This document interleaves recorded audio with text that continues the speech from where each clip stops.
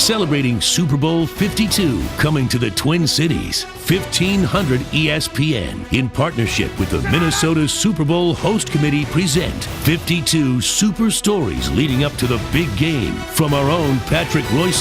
There were a lot of Super Bowls won by defensive teams at the start of the 2000s. Right off the bat, 34-7, the Baltimore Ravens buried the New York Giants, which came as a big surprise to all us Viking fans who had just seen the Giants beat Denny Green 41 to donut.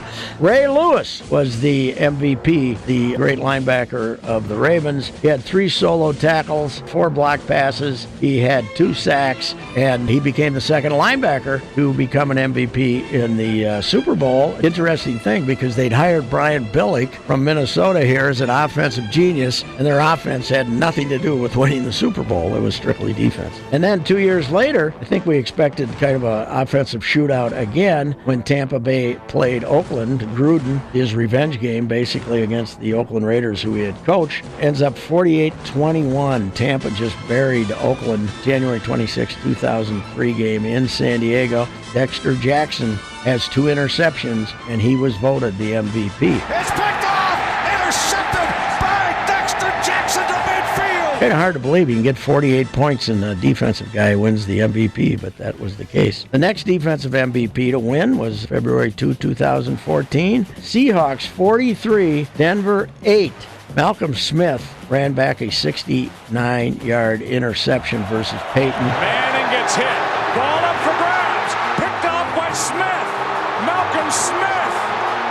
No flags. Touchdown, Seattle. That won Smith the MVP. He also had a fumble recovery in that game. But the Seahawks looked absolutely fantastic. Funny thing being, Malcolm Smith was the MVP, but he wasn't really one of the stars of that defense. And then, of course, probably the greatest defensive performance we've seen in a Super Bowl game. Von Miller in Super Bowl 50. Denver beats favored Carolina 24-10. And Von Miller, poor Cam Newton was running for his life in that game. He knocked the ball out of Newton's hand, and that set up a touchdown to make it 10-0.